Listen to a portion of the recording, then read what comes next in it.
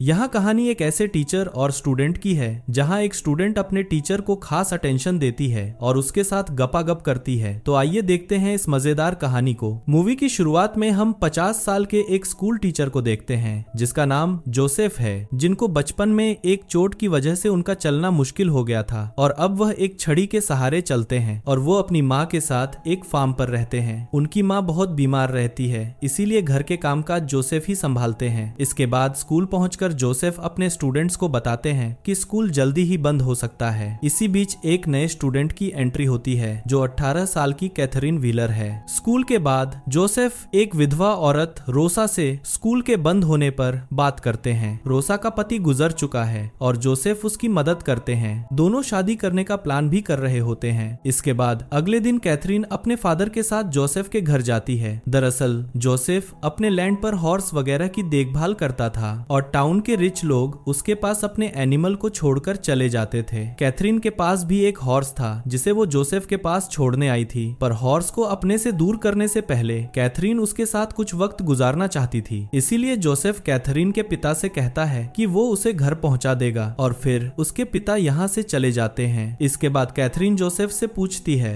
क्या मैं यहाँ रोज आ सकती हूँ? इस पर वह हाँ में जवाब देता है। फिर कैथरीन उसे कहती है, आप बहुत अच्छे टीचर हैं। तब जोसेफ उसे अपनी टीचिंग छोड़ने के बारे में बताते हुए कहता है, ये मेरा लास्ट ईयर है, इसके बाद मैं टीचिंग करना छोड़ दूंगा। यह सुनकर कैथरीन उससे आगे की प्लानिंग पूछती है, लेकिन इस सवाल का जवाब जोसेफ के पास नहीं होता और वह हंटिंग के लिए निकल जाता है। और जब हंटिंग से वापस वहां अपने घर आता है तब वह देखता है कि उसकी माँ की तबीयत बहुत खराब हो गई है और उन्हें देखने के लिए डॉक्टर आए हुए हैं, जो जोसेफ को बताते हैं कि उसकी माँ को कैंसर है और अब उनके पास ज्यादा टाइम नहीं है। यह सुनकर वह बहुत उदास हो जाता है। अगले दिन स्कूल के बाद जोसेफ अस्तबल में जाते हैं और वहां कैथरीन को देखते हैं, जहां कैथरीन अपने जज्बात का इशारा देते हुए अपने कपड़े उतारकर उसका ध्यान खींचने की कोशिश करती है, पर जोसेफ तुरंत वहां से चला जाता है। लेकिन थोड़ी देर सोचने के बाद उसे लगता है कि उसकी जिंदगी बोरिंग हो गई है और शायद थोड़ा एक्साइटमेंट लाना गलत नहीं होगा। जिसके बाद वह वापस जाता है और कैथरीन के साथ एक खास पल साझा करते हुए उसके साथ इंटीमेट होता है। इसके बाद सभी टीचर्स की स्कूल के प्रिंसिपल के साथ मीटिंग होती है, जहां प्रिंसिपल इन्हें कहते हैं कि जिन टीचर्स के पास प्रॉपर एजुकेशन है वह जाकर सिटी में पढ़ा सकते हैं। इस पर जोसेफ उन्हें कहता है, मेरे पास कोई डिग्री नहीं है, हाँ एक्सपीरियंस जरूर है, पर उसकी बात पर कोई भी गौर नहीं करता और प्रिंसिपल उसे जॉब देने से इनकार कर देते हैं, जिस वजह से जोसेफ इस मीटिंग को छोड़कर यहाँ से चला जाता है। फिर हम जोसेफ और रोसा को साथ में देखते हैं, जहाँ रोसा जोसेफ को उससे शादी करने का कहती है, जिस पर जोसेफ उससे पूछता है, क्या तुम मेरे साथ खुश हो? तब रोसा उसे हाँ में जवाब देती है, जिसके बाद वह उससे पूछता है कि क्या वह उसके साथ अपने पहले हस्बैंड से भी ज्यादा खुश है। यह सुनकर रोसा कोई जवाब नहीं देती और जोसेफ उदास मन से अपने घर आ जाता है। अगले दिन डॉक्टर जोसेफ से मिलने उसके पास आते हैं और वो उसे बताते हैं कि कैथरीन के फादर भी बहुत ही अच्छे हंटर हैं और उन्होंने जंगल में एक वुल्फ को देखा है। फिर जाते वक्त डॉक्टर जोसेफ को अपनी एक बंदूक गिफ्ट करते हैं। इसके बाद जब जोसेफ स्कूल से घर आ रहा होता है तब वो भी जंगल में उस वुल्फ को देखता है। इधर अस्तबल आने के बाद उसे कैथरीन मिलती है, जहां फिर वह दोनों इंटीमेट होते हैं। वहीं घर पर जोसेफ की माँ उसके लिए काफी परेशान होती है, इसलिए वह उसके पास आकर उसे कहती है कि रोसा मेरे पास आई थी और उसने मुझसे कहा कि तुम उसके साथ शादी नहीं कर सकते हो। जिस पर जोसेफ उन्हें समझाते हुए कहता है, कुछ वक्त के बाद मेरे पास जॉब नहीं रहेगी, तो ऐसी कंडीशन में मैं उसके साथ शादी कैसे कर सकता हूँ। जो सुनकर जोसेफ की माँ उसे कहती है, मेरे जाने के बाद तुम इस घर को सेल करके अपनी जिंदगी बिता सकते हो, साथ ही रोसा के फार्म में फार्मिंग कर सकते हो। जोसेफ को उनकी यह बात काफी अच्छी लगती है और वो इस बारे में सोचने लगता है। इसके बाद स्कूल में एक क्लास के दौरान जोसेफ अपने स्टूडेंट्स को निबंध लिखने का असाइनमेंट देता है। कैथरीन इस मौके का फायदा उठाकर अपने निबंध में स्कूल खत्म होने के बाद जोसेफ को मिलने कार में बुलाती है, जहां जोसेफ कहता है कि वह स्कूल में उसके साथ फ्लर्ट ना किया करें और साथ ही वह उसे इतना ओपन नोट लिखने के लिए उस पर गुस्सा करता है। फिर उससे बुलाने की वजह पूछता है, तब वो मजाक में उसे कहती है कि वो प्रेग्नेंट है। यह सुनकर जोसेफ गुस्से में कार से बाहर निकल आता है और कैथरीन से कहता है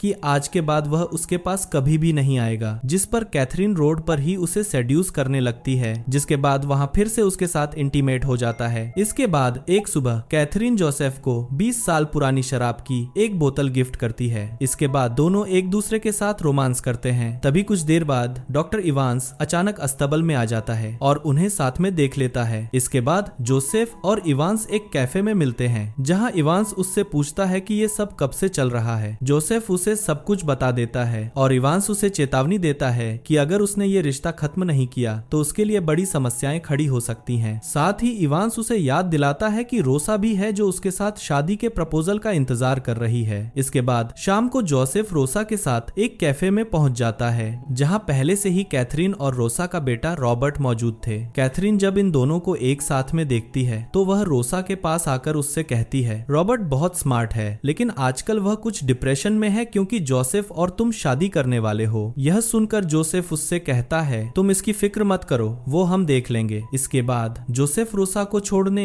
उसके घर पर चला जाता है, जहां रोसा उसे इंटीमेट होने के लिए कहती है, पर जोसेफ मना कर देता है और अपने घर आ जाता है। घर लौटने के बाद जोसेफ की माँ उससे कहती है कि उसे कैथरीन के साथ उसके रिश्ते के बारे में पता है और पूछती है कि ये सब कब तक चलेगा। तभी उसकी माँ की तबीयत अचानक खराब होने लगती है और वह जवाब देने से बच जाता है। अपनी माँ की बातों के बाद जोसेफ आखिरकार अपने किए पर सोचता है और हिम्मत जुटाकर वह रोसा के पास जाता है और माफी मांगता है। वह समझाता है कि पिछली बार उसने रोसा का प्रस्ताव इसलिए ठुकराया था क्योंकि उसकी माँ को मदद की जरूरत थी, लेकिन रोसा को लगता है कि यह सच नहीं है, क्योंकि वो सिर्फ खुद को सही ठहराने की कोशिश करता है और कहता है कि उसकी उम्र के लोग ऐसे दौर से गुजरते हैं जहां उन्हें एहसास होता है कि उन्होंने अपनी जिंदगी में वो नहीं किया जो वे सच में करना चाहते थे। वह अपना सपना साझा करता है कि वह उसके साथ एक शांत समुद्र किनारे जाना चाहता है, जहां वो अकेला मछली पकड़ सके और सुकून से आराम कर सके। इसके बाद वह उसे कहता है कि वह उसे 18 साल की उम्र से प्यार करता है, जिस पर रोसा पहले माफी मांगती है कि उसने उसे निराश किया, लेकिन थोड़ी सोचने के बाद वह अपने जज्बात को कबूल करती है और फिर दोनों वहां इंटीमेट होते हैं। कुछ दिनों बाद जोसेफ की माँ का देहांत हो जाता है और अंतिम संस्कार के बाद जब रोसा सभी के शोक संदेश पढ़ रही होती है, जिसमें उसे कैथरीन का एक नोट मिलता है, तो उसे पता चलता है कि इनका अफेयर चल रहा है। जिसके बाद वो गुस्से में जोसेफ के पास जाकर उससे रोते हुए कहती है कि उसने ये सब ठीक नहीं किया और फिर रोसा उसे धक्का देकर वहां से चली जाती है। उसी रात कैथरीन जोसेफ से मिलने उसके घर आती है और उसे शादी करने के लिए कहती है, पर वो उसे मना करते हुए कहता है कि वह सिर्फ रोसा से प्यार करता है और अब वह उससे रिश्ता खत्म करना चाहता है, जिस पर कैथरीन उसे चेतावनी देती है कि वह इस फैसले पर पछताएगा। इसके बाद जोसेफ रोसा को मनाने के लिए उसके घर पहुंच जाता है, पर वह उसकी कोई बात नहीं मानती है। फिर अगले दिन डॉक्टर भी रोसा से मिलकर उसे समझाने की कोशिश करते हैं कि जोसेफ से गलती हो गई और उसे जोसेफ को माफ करने के लिए कहते हैं, पर वह जोसेफ को माफ नहीं कर पाती। अगले दिन जोसेफ को पता चलता है कि कैथरीन का पिता सब कुछ जान चुका है और उससे मिलने आने वाला है, इसलिए वो डर के मारे अपनी शिकार वाली बंदूक उठाता है जो उसे तोहफे में दी गई थी और नेथन के आने का इंतजार करता है। जब नेथन अपनी पत्नी के साथ आता है तो वह जोसेफ से पूछता है कि क्या उसका इरादा कैथरीन से शादी करने का है, जिस पर जोसेफ जवाब देता है कि उससे यहाँ सब गलती से हुआ है और वह इन सब के लिए उनसे माफी मांगता है। नेथन जानता है कि यहाँ पूरी तरह से उसकी गलती नहीं है बल्कि कैथरीन की भी है, लेकिन नेथन की पत्नी सहमत नहीं होती। वह जोसेफ के चेहरे पर थप्पड़ मारती है और कहती है कि उसने कैथरीन का फायदा उठाया। नेथन इस मामले को बढ़ाना नहीं चाहता है, इसलिए वह उसे माफ कर देता है और सुझाव देता है कि वे शांति से अलग हो जाएं। फिर उनके जाने के कुछ देर बाद कैथरीन फिर से आती है और जोसेफ से उसके साथ शादी न करने का कारण पूछती है, जिस पर जोसेफ उसे बताता है कि उनका रिश्ता बस एक गलती थी और उनका कोई भविष्य नहीं है क्योंकि वह बहुत बूढ़ा है और कैथरीन बहुत छोटी है। जिसके बाद जोसेफ कैथरीन को किसी जवान लड़के से शादी करने के लिए कहता है। फिर कैथरीन जोसेफ को किस करती है और कहती है मैंने कुछ गलत किया है, और जब जोसेफ बाहर जाता है तो देखता है कि अस्तबल में आग लगी हुई है। ये आग किसी और ने नहीं बल्कि कैथरीन ने ही लगाई थी, जिसमें कैथरीन का घोड़ा आग में जलकर मर जाता है। घोड़े की मौत से कैथरीन अपने किए पर बहुत पछताती हैं। फिर जोसेफ उसे समझाता है, जिसके बाद कैथरीन हमेशा के लिए वहां से चली जाती है। अगले दिन जोसेफ अपनी जिंदगी बदलने का फैसला करता है। फिर वहां रोसा को मनाने जाता है और उसे बताता है कि वह सिर्फ उसी से प्यार करता है। आखिरकार रोसा उसे माफ कर देती है। इसके बाद हम मूवी के लास्ट सीन में जोसेफ और रोसा को समुद्र किनारे जाते देखते हैं, जहां वे अपने बाकी के जीवन को एक साथ बिताने का फैसला करते हैं। और इसी के साथ इस मूवी का यही अंत हो जाता है। और अगर आपको हमारा मूवी एक्सप्लेनेशन पसंद आया हो तो प्लीज लाइक एंड सब्सक्राइब कीजिएगा। हमारी वीडियो देखने के लिए बहुत बहुत धन्यवाद।